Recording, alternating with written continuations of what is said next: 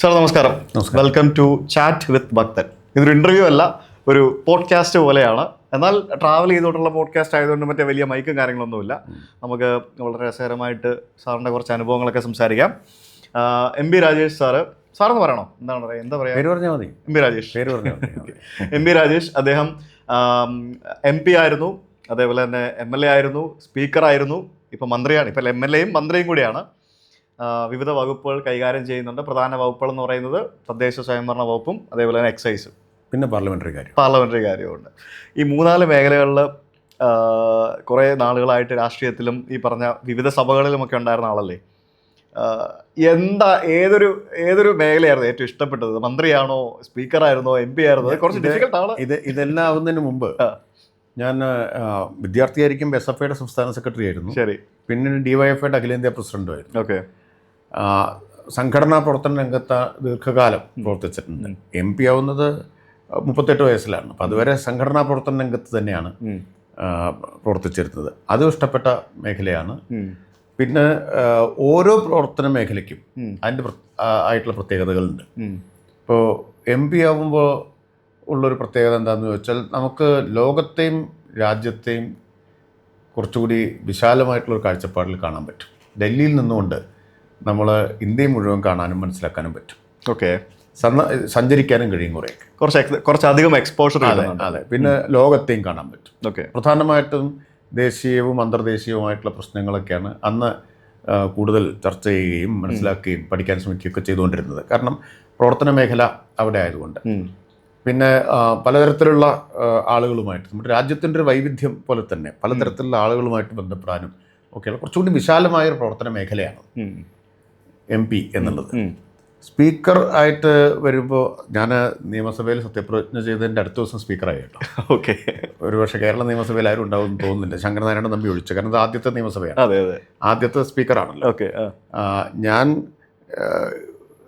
എന്നാണോ സത്യപ്രതിജ്ഞ ചെയ്ത MLA ആയിട്ട് നെക്സ്റ്റ് ഡേ സ്പീക്കറായി. അപ്പോൾ അങ്ങനെ സ്പീക്കറായിട്ടുള്ള ഒരാൾ. അപ്പോൾ സ്പീക്കറുടേതെന്ന് പറഞ്ഞാൽ കുറച്ചും കൂടിയും വളരെ ഉന്നതമായിട്ടുള്ളൊരു ഉന്നതമായ പദവി, സഭാനാഥനാണല്ലോ, അങ്ങനെയല്ലേ വിശേഷിപ്പിക്കും. ആ ഒരു ചെയറിലിരിക്കുമ്പോൾ ഒരു വല്ലാത്ത ഫീൽ ആയിരിക്കില്ലേ? ചെയറിൽ ഞാൻ ആദ്യം ചെന്നിരുന്നപ്പോൾ ഒരു അമ്പരപ്പുണ്ടായി.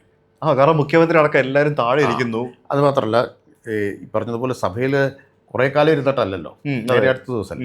ഞാൻ നിയമസഭ തന്നെ ആദ്യം കാണുന്നതാണ്. ഞാൻ MLA ആയിട്ട് വരുന്നതിന് മുമ്പ് നിയമസഭയിൽ കയറിയിട്ടില്ല. പക്ഷെ MP ആയിട്ടുണ്ടായിരുന്നു. അതുണ്ട്. അല്ല, ഞാൻ പറഞ്ഞത് നിയമസഭ സാധാരണ പുറത്ത് ഗാലറി പോയിട്ടോ മറ്റൊക്കെ. പാർലമെന്റിലും ഞാൻ അതിനു മുമ്പ് പോയിട്ടില്ല. ശരി. ആദ്യം പാർലമെന്റിൽ കയറുന്നത് MP ആയ ശേഷമാണ്. അപ്പോൾ പക്ഷേ 10 കൊല്ലം പാർലമെന്റിൽ ഇരുന്നതിൻ്റെ ഒരു അനുഭവം എനിക്ക് സ്പീക്കർ എന്ന നിലയിൽ പ്രയോജനപ്പെട്ടു. അല്ലെങ്കിൽ ഒട്ടും എളുപ്പമുള്ള കാര്യമല്ല, ഒരാൾക്ക് നേരെ വന്ന് സ്പീക്കർ ആവാൻ പറ്റില്ല. പക്ഷേ പാർലമെന്റിലിരുന്ന അനുഭവം, സ്പീക്കർ പ്രവർത്തിക്കുന്നത് അടുത്തിരുന്ന് കാണാൻ പറ്റിയിട്ടുണ്ട്. സഭ എങ്ങനെ പ്രവർത്തിക്കുന്നു എന്ന് മനസ്സിലാക്കാൻ പറ്റിയിട്ടുണ്ട്. സഭാംഗങ്ങളുടെ അവകാശം എന്താണ്, സ്പീക്കറുടെ അധികാരങ്ങൾ എന്തൊക്കെയാണെന്ന് നന്നായിട്ട് മനസ്സിലാക്കാൻ കഴിഞ്ഞതുകൊണ്ട് വലിയ പ്രയാസം ഉണ്ടായില്ല. പക്ഷെ എന്നാലും നമ്മൾ ആദ്യം കയറി ഇരിക്കുമ്പോണ്ടല്ലോ ഒരു 10-15 മിനിറ്റ്, പക്ഷെ ആ സമയം കൊണ്ട് ഞാനതിനെ ഓവർകം ചെയ്തു. ശരി. ഒരു അമ്പരപ്പുണ്ടായിരുന്നു. കാരണം ഈ പാർലമെന്റിനേക്കാൾ, ഞാൻ പഴയ പാർലമെന്റ് ഹാൾ ലോക്സഭ ഹാളിലാണല്ലോ ഞങ്ങളൊക്കെ MP മാരായിരുന്നു. ഇപ്പോഴല്ലേ പുതിയത് വന്ന് നമ്മുടെ ചെങ്കോലൊക്കെ സ്ഥാപിച്ച് പുതിയ പാർലമെന്റ് വന്നു. അപ്പം അതിനു മുമ്പ് അതിനേക്കാൾ വിശാലമാണ് യഥാർത്ഥത്തിൽ കേരള നിയമസഭയുടെ ഹാള്. കാരണം അവിടെ ആൾക്കാർ കൺജസ്റ്റഡ് ആയിട്ടില്ല, ഇവിടെ വിശാലമായിട്ടില്ല. പിന്നെ മാത്രമല്ല, ഈ സ്റ്റേജ് ഉണ്ടല്ലോ, ഈ പീഠം, അധ്യക്ഷ പീഠം, അതും കേരള നിയമസഭയുടെ വളരെ വലുതില്ല ഒക്കെയാണ് പാർലമെന്റിലേതിനേക്കാൾ. അപ്പോൾ അതുകൊണ്ട് ആണ് ഈ ഒരു 10-15 മിനിറ്റ് സമയത്തേക്ക്. പിന്നെ ഞാനത് അതിനെ ഓവർകം ചെയ്തു. ഈ സ്പീക്കറായിട്ട് വരുമ്പോഴത്തേക്കിനും സ്പീക്കറിന്റെ റൂൾസും ബാക്കിയുള്ള കാര്യങ്ങളും അധികാരങ്ങളൊക്കെ ക്ലാസും കാര്യങ്ങളൊക്കെ ഉണ്ടോ? എങ്ങനെയാണ്? ഇല്ല, അത് ഞാൻ പറഞ്ഞല്ലോ, പാർലമെന്റിൽ ഇരുന്നപ്പോൾ നമുക്ക് മനസ്സിലായിട്ടുണ്ടല്ലോ, വലിയ വ്യത്യാസം ഇല്ലല്ലോ, ഇവിടെ അങ്ങനെ തന്നെയാണ്. ശരി. പിന്നെ ചട്ടങ്ങളും വലിയ വ്യത്യാസം വരുന്നില്ല.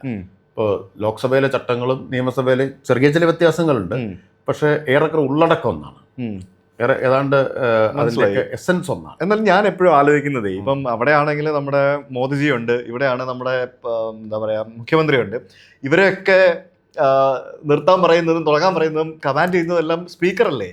അപ്പൊ അങ്ങനെ ഒരാളെ അവരൊക്കെ നമ്മുടെ ഉന്നത സ്ഥാനങ്ങളിൽ ഇരിക്കുന്ന ഒരാളായിട്ടാണല്ലോ നമ്മൾ കാണുന്നത് ബേസിക്കലി. അപ്പൊ അവരെയൊക്കെ കമാൻഡ് ചെയ്യാൻ പോകുമ്പോഴത്തേക്കിനും ഒരു ഭയമോ അല്ലെങ്കിൽ അത്തരത്തിൽ എന്തെങ്കിലും ഒരു ഇത് വരാറുണ്ടോ? ഇല്ല, ഭയം വരാറില്ല. കാരണം നമ്മൾ നമ്മുടെ ഒരു ഉത്തരവാദിത്വം നിറവേറ്റില്ലേ ചെയ്യും. ശരി. ഒരു ഭരണഘടനാപരമായ ഉത്തരവാദിത്വം കൂടിയാണല്ലോ അത്. പിന്നെ പാർലമെൻ്റ് ആണെങ്കിലും നിയമസഭയാണെങ്കിലും പ്രവർത്തിക്കുന്നത് അതാത് സഭകൾ തന്നെ ഉണ്ടാക്കിയ ചട്ടപ്രകാരമാണ്. നമ്മൾ ആ ചട്ടത്തിൽ മുറുകെ പിടിച്ചാൽ മതി. ഓക്കെ. ആ ചട്ടത്തിൽ ഉറച്ചു നിന്നാൽ നമുക്ക് ഭയത്തിൻ്റെ ആശങ്കയുടെ ഒന്നും കാര്യമില്ല. എനിക്ക് സ്പീക്കർ എന്ന നിലയിൽ 15 മാസമാണ് ഉണ്ടായിരുന്നത്. ഓക്കെ. പക്ഷേ ആ ചുമതല വലിയ പ്രയാസങ്ങളൊന്നുമില്ലാതെ അനായാസം തന്നെ നിറവേറ്റാൻ കഴിഞ്ഞിട്ടുണ്ടെന്നാണ് എനിക്ക് തോന്നിയിട്ടുള്ളത്. സ്പീക്കറായിട്ടിരിക്കുമ്പോൾ ഏറ്റവും വലിയ പ്രതിസന്ധി എന്താ? പ്രതിസന്ധി സഭയിലൊരു പ്രക്ഷുബ്ധമായിട്ടുള്ള രംഗം ഉണ്ടാകുമ്പോൾ നിയന്ത്രിക്കുക എന്നുള്ളത് തന്നെയാണ്. പക്ഷെ അതും നിയന്ത്രിക്കാൻ കഴിഞ്ഞിട്ടുണ്ട്. എനിക്ക് തോന്നുന്നു ഒറ്റ തവണയോ മറ്റോ ആണ് ആകെ സഭ നിർത്തിവെക്കേണ്ടി വന്നിട്ടുള്ളത്. അല്ലാതെ സഭ നിർത്തിവെക്കുന്ന പൊതുവിൽ കേരള നിയമസഭ അങ്ങനെ ഇടയ്ക്കിടയ്ക്ക് നിർത്തിവെക്കാറില്ല. ബഹിഷ്കരിക്കാറുണ്ട്, പ്രതിപക്ഷം കുറച്ച് കഴിഞ്ഞാൽ വരും. അതൊക്കെ പിന്നെ പാർലമെൻ്ററി ജനാധിപത്യത്തിൻ്റെ ഭാഗമാണ്. അതെ. അപ്പോൾ പ്രതിസന്ധി എപ്പോഴും അത് തന്നെയാണ്. ഏത് സമയവും പ്രക്ഷുബ്ധമായിട്ടുള്ളൊരു രംഗം ഉണ്ടാവാം. ശാന്തമാക്കുക, വീണ്ടും സഭാ നടത്തിപ്പ് പഴയതുപോലെ ആക്കുക എന്നുള്ളതാണ്. അതിന് പലതരത്തിലുള്ള മാർഗ്ഗങ്ങൾ സ്വീകരിക്കേണ്ടി വരും. അനുനയത്തിൻ്റെ മാർഗം വേണ്ടി വരും, ചിലപ്പോൾ കർക്കശക്കാരനാവേണ്ടി വരും, ചില സമയത്ത് വടിയെടുക്കേണ്ടി വരും. അങ്ങനെ പല മാർഗങ്ങളുണ്ട്. പക്ഷേ പൊതുവിൽ ഭരണപക്ഷത്തെയും പ്രതിപക്ഷത്തെയും ഒരു തുല്യമായിട്ട് കാണാൻ കഴിയണം. എല്ലാ അംഗങ്ങളുടെയും അവകാശങ്ങളുടെ കസ്റ്റോഡിയനാണ് സ്പീക്കർ എന്ന് പറഞ്ഞാൽ. ഒരംഗത്തിൻ്റെ അവകാശം ഹനിക്കുന്നില്ല എന്ന് സ്പീക്കർ ഉറപ്പാക്കാൻ ബാധ്യതയുണ്ട്. അപ്പോൾ അവരുടെ വിശ്വാസം ആർജിക്കൽ പ്രധാനമാണ്. ആ വിശ്വാസം ആർജിച്ചുകൊണ്ട് തന്നെ പ്രവർത്തിക്കാൻ കഴിഞ്ഞു എന്നാണ് ഞാൻ വിലയിരുത്തുന്നത്. ഓക്കെ. പിന്നെ അത് കഴിഞ്ഞിട്ട് ഇപ്പോൾ MLA ആയിട്ട് മന്ത്രിയായിട്ട് വന്നു. മന്ത്രിയായിട്ട് വന്നപ്പം ലൈക്ക് സ്വാഭാവികമായിട്ടും പവേഴ്സ് വെച്ച് നോക്കുകയാണെങ്കിൽ എനിക്ക് തോന്നുന്നു MP യെക്കാട്ടി കൂടുതൽ പവേഴ്സ് മന്ത്രിക്കുണ്ടല്ലോ അല്ലേ? രണ്ട് രീതിയിൽ. ഇപ്പോൾ മന്ത്രിയാവുമ്പോൾ നിങ്ങൾക്ക് കുറേ കൂടി കാര്യങ്ങൾ ചെയ്യാം. ഒരു എക്സിക്യൂട്ടീവ് പദവിയല്ലേ. MP MLA എന്ന എക്സിക്യൂട്ടീവ് പദവിയല്ല. അത് ലെജിസ്ലേച്ചറിൻ്റെ ഭാഗമാണ്. നിയമനിർമ്മാണത്തിൽ ഇടപെടാം, സഭയിൽ പ്രസംഗിക്കാം, പ്രശ്നങ്ങൾ ശ്രദ്ധയിൽപ്പെടുത്താം, ചർച്ചയിൽ കൊണ്ടുവരാം. ഇതൊക്കെയാണ് MP-ക്കും MLA-ക്കും ഒക്കെ ചെയ്യാൻ പറ്റുന്ന കാര്യം. പക്ഷെ മന്ത്രിക്ക് അങ്ങനെയല്ല, എക്സിക്യൂട്ടീവ് അധികാരമല്ലേ. അപ്പോൾ കാര്യങ്ങളിൽ ഇടപെടാൻ, തീരുമാനമെടുക്കാം, ചെയ്യാം. ഓക്കെ. അപ്പോൾ പ്രത്യേകിച്ച് തദ്ദേശ സ്വയംഭരണം എന്നൊക്കെ പറയുമ്പോൾ സാധാരണ മനുഷ്യരുടെ ജീവിതവുമായിട്ട് ബന്ധപ്പെട്ടിട്ടുള്ള ഒരു വകുപ്പാണ്. അപ്പോൾ ആ നിലയിൽ ഒരുപാട് കാര്യങ്ങൾ ചെയ്യാനുള്ള അവസരമുണ്ട്. ഇപ്പോൾ പ്രത്യേകിച്ച് ഞാൻ പറഞ്ഞല്ലോ, ഇപ്പോൾ വലിയ ക്യാമ്പയിൻ നമ്മൾ നടത്തിക്കൊണ്ടിരിക്കുന്നു. മാലിന്യമുക്ത നവകേരളം, മാലിന്യത്തിനെതിരായിട്ട് ശുചിത്വത്തിന് വേണ്ടിയിട്ടുള്ള പ്രവർത്തനം, വലിയൊരു വർക്കാണ് ഇപ്പോൾ നമ്മളെടുത്തത്. വലിയ പുരോഗതി നമുക്കതിലുണ്ടാക്കാൻ കഴിയും. അപ്പോൾ അത് ചെയ്യുന്നതിൻ്റെ ഒരു ആഹ്ലാദമുണ്ട്. ഇപ്പോൾ കുടുംബശ്രീ പോലുള്ളൊരു വലിയ പ്രസ്ഥാനം തദ്ദേശ സ്വയംഭരണ വകുപ്പിൻ്റെ കീഴിലാണ്. കുടുംബശ്രീ ഉപയോഗിച്ച് നമുക്ക് ഒട്ടേറെ കാര്യങ്ങൾ ചെയ്യാൻ പറ്റും. അതുപോലെ തന്നെ അതിദാരിദ്ര്യ നിർമ്മാർജ്ജനം എന്ന സർക്കാരിൻ്റെ ഒരു ഫ്ലാഗ്ഷിപ്പ് പ്രോഗ്രാം, അതെ, തദ്ദേശ വകുപ്പാണ് അതിൻ്റെ നോഡൽ വകുപ്പ് എന്ന് പറയും. എല്ലാ വകുപ്പും ചേർന്ന് കേരളത്തിൽ അങ്ങനെ ഒരു അതിദാരിദ്ര്യ മേഖല അങ്ങനെ ആരും ഇല്ലല്ലോ. 64,006 കുടുംബങ്ങളെ നമ്മൾ ഐഡന്റിഫൈ ചെയ്തിട്ടുണ്ട്. ഇന്ത്യയിൽ ഏറ്റവും കുറഞ്ഞ അതിദരിദ്രമുള്ള സംസ്ഥാനം കേരളമാണ്. അങ്ങനെയാണ്. അപ്പം നമ്മൾ സർവേ നടത്തി 64,006 കുടുംബങ്ങളെ കണ്ടെത്തി. 64,006 കുടുംബങ്ങൾക്കും പ്രത്യേകം മൈക്രോ പ്ലാൻ നമ്മൾ തയ്യാറാക്കി. ശരി. ആ മൈക്രോ പ്ലാൻ തദ്ദേശ സ്ഥാപനങ്ങളുടെ നേതൃത്വത്തിൽ തയ്യാറാക്കി. അതിൻ്റെ ഇംപ്ലിമെൻറ്റേഷൻ ഇപ്പോൾ തദ്ദേശ സ്ഥാപനങ്ങൾ വഴി നടന്നുകൊണ്ടിരിക്കുന്നു. കഴിഞ്ഞ 4 കൊല്ലമായി ഇപ്പോൾ 90% പേരെ നമുക്ക് അതിൽ നിന്ന് മോചിപ്പിക്കാൻ കഴിഞ്ഞു, അതിദാരിദ്ര്യത്തിൽ നിന്ന്. ഇനി 10% കൂടി അവശേഷിക്കുന്നുണ്ട്. 2025 നവംബർ 1 ആവുമ്പോൾ ഇന്ത്യയിലെ അതിദരിദ്രരില്ലാത്ത ആദ്യത്തെ സംസ്ഥാനമായിട്ട് കേരളം മാറും. Very good. എന്നാൽ എൻ്റെ ചോദ്യത്തിന് കറക്റ്റ് ഉത്തരം വന്നില്ല. ഏത് മേഖലയാണ് ഏറ്റവും കൂടുതൽ ഇഷ്ടപ്പെടുന്നത് അല്ലെങ്കിൽ ഇഷ്ടപ്പെട്ടത്? അങ്ങനെ കറക്റ്റ് ഉത്തരം പറയാൻ പാടാണ്. അല്ല, പറയാൻ പറ്റുന്നൊന്നല്ല. അതാണ് മൂന്ന് തരത്തിലുള്ളതാണ്. 3 തരത്തിലാണ്. ഞാൻ പറഞ്ഞല്ലോ, ഡൽഹിയിൽ നിൽക്കുമ്പോൾ നമ്മുടെ കാഴ്ച കുറെ കൂടി വിശാലമാണ്. കേരളത്തിൽ നിൽക്കുമ്പോൾ അത്രത്തോളം വിശാലമല്ല. കാരണം ഡൽഹിയിൽ നമ്മൾ ഇടപെടുന്ന മേഖലയും വളരെ വിശാലമാണ്. ആ വ്യത്യാസമുണ്ട്. അതാണ് MP മന്ത്രിയായിട്ടിരിക്കുമ്പോൾ വ്യത്യാസം. പക്ഷേ ഇവിടെ നമുക്ക് മന്ത്രിയായിട്ടിരിക്കുമ്പോൾ കൂടുതൽ കാര്യങ്ങൾ ചെയ്യാനാവും. ഓക്കെ. ശരിക്കും ഇപ്പോഴത്തെ റീസെൻ്റ് രാഷ്ട്രീയത്തിൻ്റെ ഒരു പോക്കിൽ നമുക്ക് കാണാൻ സാധിക്കുന്നത്, ഈ യുവാക്കളായിട്ടുള്ള ആളുകൾ മുഴുവൻ MP-മാരായിട്ട് ഡൽഹിയിൽ പോയിരിക്കുകയാണ്. കേരള പൊളിറ്റിക്സിൽ യുവാക്കൾ കുറവാണ്. ഉണ്ട്, ഇല്ലെന്നല്ല പറയുന്നത്, കുറവാണ്. കമ്പാരിറ്റീവ്ലി ധാരാളം ആൾക്കാർ, അതിപ്പോൾ ഏത് പാർട്ടിയിലാണെങ്കിലും യുവാക്കളെല്ലാം അവിടേക്ക് പോകുന്നു. എന്നിട്ട് കുറച്ച് കഴിഞ്ഞിട്ട് അവിടെ കുറച്ച് എന്താ പറയുക എക്സ്പീരിയൻസ് ഒക്കെ ആയിട്ട് ഇങ്ങോട്ട് വരുന്നൊരു ട്രെൻഡൊക്കെയാണ് പലതും നമ്മൾ കാണുന്നത്. ശരിക്കും നേരെ തിരിച്ചും കൂടെ വരണ്ടേ? നമുക്കും വേണ്ടേ ചുറുചുറുക്കായിട്ടുള്ള യുവാക്കൾ? കൂടുതൽ ആൾക്കാർ വരണ്ടേ? ധാരാളം പേരില്ലേ? ഇപ്പോൾ ഭരണപക്ഷത്തും പ്രതിപക്ഷത്തും അനേകം പേര് ചെറുപ്പക്കാർ MLA മാരായിട്ടുണ്ട്. ഉണ്ട്. ഒരുപക്ഷെ കേരള നിയമസഭയുടെ ചരിത്രത്തിൽ തന്നെ ഏറ്റവും കൂടുതൽ MLA മാർ, സമീപകാല ചരിത്രത്തിൽ ഏറ്റവും കൂടുതൽ യുവ MLA മാർ വന്ന കാലം ഈ കഴിഞ്ഞ 2021 ആണെന്ന് ഞാൻ വിചാരിക്കുന്നു. രണ്ട് ഭാഗത്തോട്ട് നോക്കൂ, വിദ്യാർത്ഥി യുവജന പ്രസ്ഥാനങ്ങളിലൂടെ വന്ന ഒരു നീണ്ട നിരയുണ്ട്. അപ്പോൾ ചെറുപ്പക്കാർ അവിടെ മാത്രമല്ല, എവിടെയുണ്ട്. സാറൊരു നിയമത്തിൽ ബിരുദം എടുത്ത ആളാണല്ലേ? സാമ്പത്തിക ശാസ്ത്രത്തിൽ ബിരുദാനന്തര ബിരുദം, അത് കഴിഞ്ഞ് നിയമത്തിൽ ബിരുദം. അതായത് MCom പഠിച്ചു, MA എക്കണോമിക്സ് പഠിച്ചതിന് ശേഷം നിയമം പഠിച്ചു. അത് ശരി. Okay, very good. ശരിക്കും സ്വദേശം എവിടെയാണ്? ശരിക്കും എൻ്റെ ഒറ്റപ്പാലത്തിനടുത്ത്. പക്ഷെ ജനിച്ചത് പഞ്ചാബിലല്ലേ? അച്ഛൻ ആർമിയിലായിരുന്നു. ഓക്കെ. അച്ഛൻ ആർമിയിലായതുകൊണ്ട് ജലന്ധർ മിലിറ്ററി ഹോസ്പിറ്റലിലാണ് ജനിച്ചത്. ഓക്കെ. എത്ര നാളുണ്ടായിരുന്നു അവിടെ? 5 വയസ്സ് വരെ. അപ്പോഴേക്കും അച്ഛന് അരുണാചലിലെ ചൈനീസ് അതിർത്തിയിലേക്ക് ട്രാൻസ്ഫർ ആയി. ഫീൽഡിലാണ്, ഫാമിലിയെ കൊണ്ടുപോകാൻ പറ്റില്ല. അപ്പോൾ ഞാനും അമ്മയും അനിയത്തിയും നാട്ടിലേക്ക് തിരിച്ചു പോന്നു. ഞാൻ പഠിച്ചത് മുഴുവൻ നാട്ടിലാണ്. പിന്നീടുള്ള 1ാം ക്ലാസ് മുതൽ പഠിച്ചത് നാട്ടിൽ മലയാളം മീഡിയം സ്കൂളിലാണ് പഠിച്ചിട്ടുള്ളത്. പൊതുവിദ്യാലയത്തിൽ പഠിച്ചു വന്നത്. അപ്പോൾ അതുകൊണ്ട് 5 വയസ്സ് വരെ പഞ്ചാബിലുണ്ടായിട്ടുള്ളൂ. ഓക്കെ. പക്ഷേ അതുകൊണ്ടാണോ എന്ന് എനിക്കറിയില്ല, എനിക്ക് യാത്ര ഭയങ്കര ഇഷ്ടമാണ്. അതുപോലെ ഭക്ഷണം, ഏത് തരത്തിലുള്ള ഭക്ഷണം, ഇപ്പോൾ പലർക്കും ഉണ്ടാകാവുന്ന ഒരു ബുദ്ധിമുട്ടുകളുണ്ട്. ഇപ്പോൾ ഉത്തരേന്ത്യയിൽ പോയാൽ അവിടുത്തെ കടുകെണ്ണ പിടിക്കില്ല, അല്ലെങ്കിൽ അവിടുത്തെ ഭക്ഷണം രുചി പിടിക്കില്ല. എനിക്ക് അവിടെ നിന്നല്ല, ലോകത്തെവിടെ പോയാലും അവിടുത്തെ ഭക്ഷണം കഴിക്കുന്നതിന് ഒരു പ്രയാസവും ഇല്ലാതെ മാത്രമല്ല, അതാണ് എനിക്കിഷ്ടം. ശരി. അപ്പോൾ ഒരുപക്ഷെ ഈ ചെറിയ പ്രായത്തിൽ കുറേ യാത്ര ചെയ്യാൻ അവസരം ഉണ്ടായതുകൊണ്ടായിരിക്കണം എന്ന് തോന്നുന്നു. എല്ലാ രുചിയും വഴങ്ങുന്ന ഒരു. മനസ്സിലായി. കുറേ രാജ്യങ്ങൾ സന്ദർശിച്ചിട്ടുണ്ടോ? ഒരു 24 രാജ്യങ്ങളുണ്ട്. ഓക്കെ. ഈ പോയതിൽ വെച്ചിട്ട് ഏറ്റവും ഇഷ്ടപ്പെട്ടതെന്നല്ല, ഏറ്റവും അതിശയകരമായിട്ട് അല്ലെങ്കിൽ വാവ് എന്നൊക്കെ തോന്നിയ ഏതെങ്കിലും ഒരു രാജ്യം ഏതാണ്? അങ്ങനെ ഓരോ രാജ്യത്തിനും അതിന്റെ പ്രത്യേകതകളുണ്ട്. ഓരോ രാജ്യത്തിനും അതിന്റെ പ്രത്യേകത. കാരണം എന്നോട് എല്ലാവരും ചോദിക്കുന്ന ഒരു ചോദ്യം അത്. എനിക്ക് അതിന് ഉത്തരം പറയാൻ പറ്റാറില്ല. ഞാനിപ്പോൾ ഇന്ത്യ എന്നേ പറയുന്നത്. എനിക്കും ഞാൻ ഇന്ത്യ എന്ന് പറയും. അത് സേഫ് ആയിട്ടിരിക്കുകയാണ്. എല്ലാ രാജ്യത്തിനും അതിന്റെ പ്രത്യേകതകളുണ്ട്, അതിന്റെ സംസ്കാരമുണ്ട്. കാരണം ഞാൻ റിയാസ് സാറിനോട് ചോദിച്ചപ്പോഴത്തേക്കും അദ്ദേഹത്തിന് ദുബായ് എന്നാണ് അദ്ദേഹം പറഞ്ഞത്, UAE എന്നാണ് എന്നോട് പറഞ്ഞത്. ഞാൻ അങ്ങനെ ഏതെങ്കിലും ഒരു രാജ്യത്തിന്റെ പേര് പറയുന്നില്ല. എനിക്ക് ഇപ്പോൾ പല നഗരങ്ങളാണ്, ഞാൻ രാജ്യം എന്നതിനേക്കാൾ ഇപ്പം നഗരങ്ങളാണ്. പല നഗരങ്ങളും പല കാരണങ്ങൾ കൊണ്ട് തന്നെ ആകർഷിച്ചിട്ടുണ്ട്. ഇപ്പോൾ ആംസ്റ്റർഡാമിൽ പോയിട്ടുണ്ടോ? ആംസ്റ്റർഡാമിൽ പോയിട്ടുണ്ട്. ഓക്കെ. ആംസ്റ്റർഡാമിൽ പോയി ഞാൻ ഒരുപാട് സമയം ചെലവഴിച്ചിട്ടില്ല. എനിക്ക് ഓരോ സ്ഥലത്ത് പോകുമ്പോഴും നമുക്ക് കുറച്ച് സമയമൊക്കെ കിട്ടുക. അപ്പോൾ വേറെ പലതിൻ്റെയും ഭാഗമായിട്ടൊക്കെ പോകുന്നതല്ലേ. മനസ്സിലായി. അപ്പം നമ്മുടെ മനസ്സിൽ ഈ വായിച്ചും ഒക്കെ ഉള്ള കുറേ കാര്യങ്ങളുണ്ടല്ലോ, അത് ഇന്ന സ്ഥലത്ത് പോകണം എന്ന് തീരുമാനിച്ചിട്ട് പോകും. ആംസ്റ്റർഡാമിൽ ഞാൻ പോകുമ്പോൾ എൻ്റെ ലിസ്റ്റ് ഉണ്ടായിരുന്നു, നിർബന്ധമായും കാണണം എന്നുള്ള ഒരു സ്ഥലം ആൻ ഫ്രാങ്കിൻ്റെ മ്യൂസിയം. വീടാണല്ലോ, ഒളിവിൽ കഴിഞ്ഞ വീടാണ് ആ മ്യൂസിയം. ആൻ ഫ്രാങ്കിന്റെ ഡയറി കുറിപ്പുകൾ പണ്ട് വായിച്ചതിന്റെ ഓർമ്മയിൽ അന്ന് മുതലുള്ള ഒരു ആഗ്രഹമാണെന്ന് പോവുക എന്നുള്ളത്. അത് പോയി കണ്ടു. ആംസ്റ്റർഡാമിലെ കഞ്ചാവ് കടകൾ കണ്ടോ? ഇല്ല, അതിലേക്ക് ടോപ്പിക്കിലേക്ക് വരുവാ ഞാൻ. അതിനെക്കുറിച്ച് ധാരാളം കേട്ടു. ഓക്കെ. എനിക്ക് നമുക്ക് ആംസ്റ്റർഡാമിൽ എവിടെ പോയാലും ആ മണം അനുഭവിക്കാൻ പറ്റും. എനിക്ക് പക്ഷെ മണം തിരിച്ചു. അല്ല, അത് കുഴപ്പമില്ല. അല്ല, ഒരു എക്സൈസ് മന്ത്രി എന്ന നിലയിൽ ആ മണമൊക്കെ തിരിച്ചറിയേണ്ടതാണ്. ഞാൻ വിവാദമാക്കാൻ വേണ്ടി ചോദിക്കുന്നതല്ല. പലരും പറഞ്ഞു ആംസ്റ്റർഡാമിലെ ഈ പ്രത്യേകതയെക്കുറിച്ച്. പിന്നെ എനിക്ക് ലണ്ടൻ ഇഷ്ടപ്പെട്ടൊരു നഗരമാണ്. 3-4 തവണ പോകാൻ അവസരം കിട്ടിയിട്ടുണ്ട്. പല തവണയും MP ആയിരിക്കുമ്പോൾ പോയിട്ടുണ്ട്. ഓക്കെ. അപ്പോൾ ആ സമയത്തൊക്കെ ലണ്ടനിൽ ഞാൻ 4 തവണ പോയതിൽ 3 തവണയും മുടങ്ങാതെ പോയിട്ടുള്ളൊരു സ്ഥലം ഹൈഗേറ്റ് സെമിറ്ററിയാണ്. മാർസിനെ അടക്കം ചെയ്തിട്ടുള്ള സ്ഥലം. അത് ഒരു വലിയ ഒരു അനുഭവമാണ്. റഷ്യ, ചൈന ഒക്കെ പോയിട്ടുണ്ടോ? ചൈന പോയിട്ടില്ല. അതാണ് ഒരുപക്ഷെ എൻ്റെ കൂട്ടത്തിൽ ചൈനയിൽ പോകാൻ അവസരം വന്നിട്ടില്ല. അതുകൊണ്ടാണ്.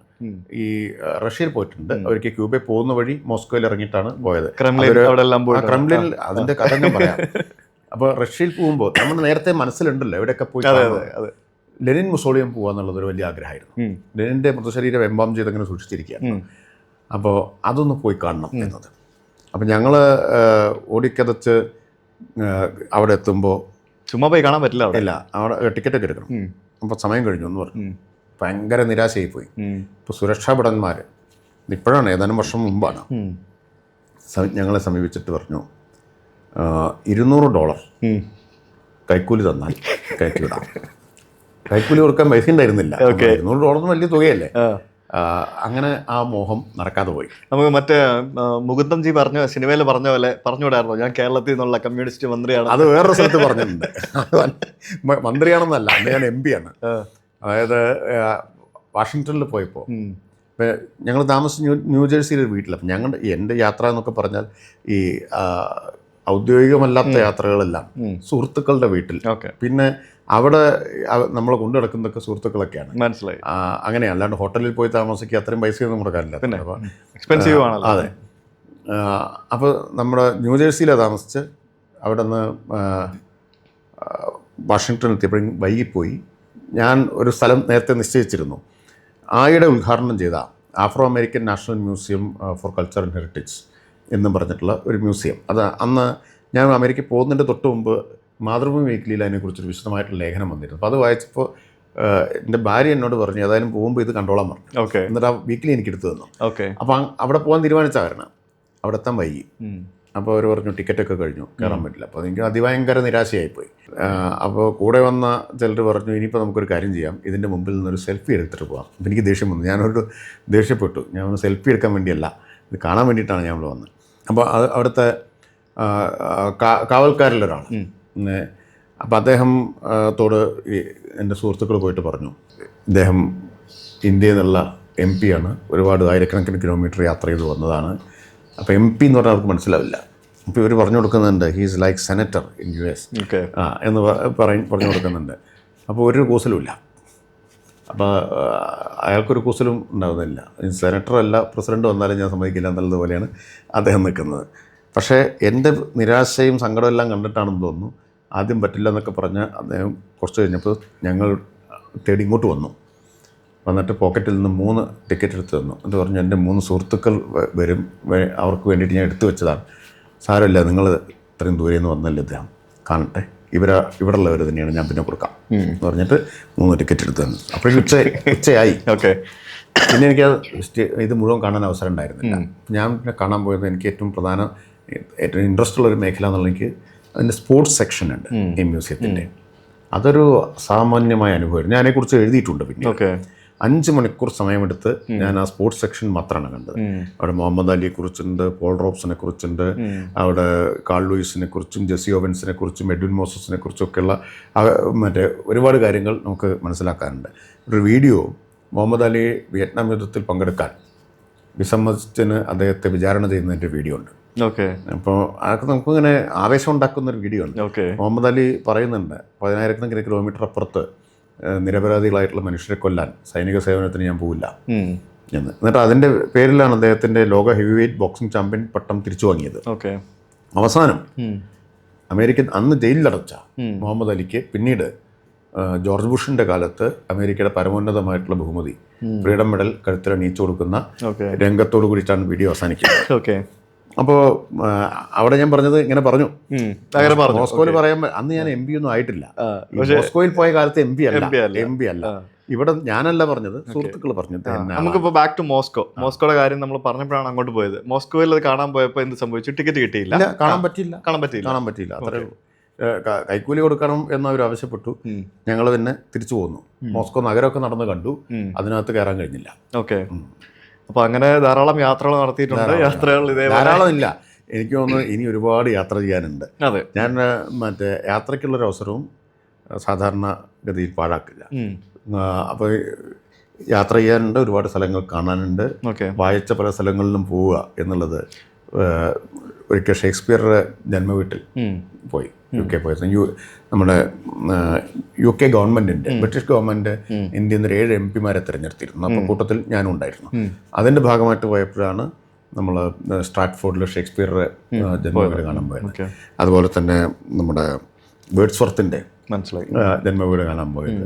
അപ്പം അങ്ങനെ എഴുത്തുകാർ അങ്ങനെയൊക്കെയുള്ള ആളുകളുണ്ട്. അപ്പോൾ അവരുടെയൊക്കെ അങ്ങനെയുള്ള സ്ഥലങ്ങൾ, ചരിത്ര പ്രാധാന്യമുള്ള സ്ഥലങ്ങളൊക്കെ കാണാൻ പോകുന്നുള്ളത്. ക്യൂബയിൽ പോയിരുന്നു? ക്യൂബയിൽ പോയി 2 തവണ പോയിട്ടുണ്ട്. ഞാൻ 1 തവണ പോയിട്ടുണ്ട്. എന്നെ അന്ന് ആക്ച്വലി ക്യൂബൻ അവിടുത്തെ ടൂറിസത്തിന്റെ പ്രൊമോഷന്റെ ഭാഗമായിട്ട് അവർ കൊണ്ടുപോയതാണ്. 15 ദിവസം ഉണ്ടായിരുന്നു. മനോഹരമായ ബീച്ചുകളല്ലേ, ബ്യൂട്ടിഫുൾ. ക്യൂബയിൽ പോയിട്ടുണ്ടെന്ന് മാത്രമല്ല, ഫിഡൽ കാസ്ട്രോയുടെ പ്രസംഗം 5 മണിക്കൂർ നീണ്ട പ്രസംഗം കേട്ടിട്ടുണ്ട്. എങ്ങനെ? ഞങ്ങൾ പോയൊരു പരിപാടിയുടെ സമാപന പ്രസംഗം ഫിഡൽ കാസ്ട്രോ ആയിരുന്നു. ഓ ശരി. ഏത് വർഷം? അത് 2000 ഓക്കെ. 2000 ഞങ്ങളുടെ ഡെലിഗേഷൻ്റെ നേതാവ് അന്ന് CPIM ജനറൽ സെക്രട്ടറി ആയിരുന്ന ഹർകിഷൻ സിംഗ് സുർജിത്ത് ആയിരുന്നു. MA ബേബിയൊക്കെ ഉണ്ട് ആ കൂട്ടത്തിൽ. അപ്പം അന്ന് വൈകിട്ട് 7 മണിക്ക് ഫിഡൽ കാസ്ട്രോ പ്രസംഗം തുടങ്ങി രാത്രി 12 മണിക്കാണ് അവസാനിക്കുന്നത്. 5 മണിക്കൂർ.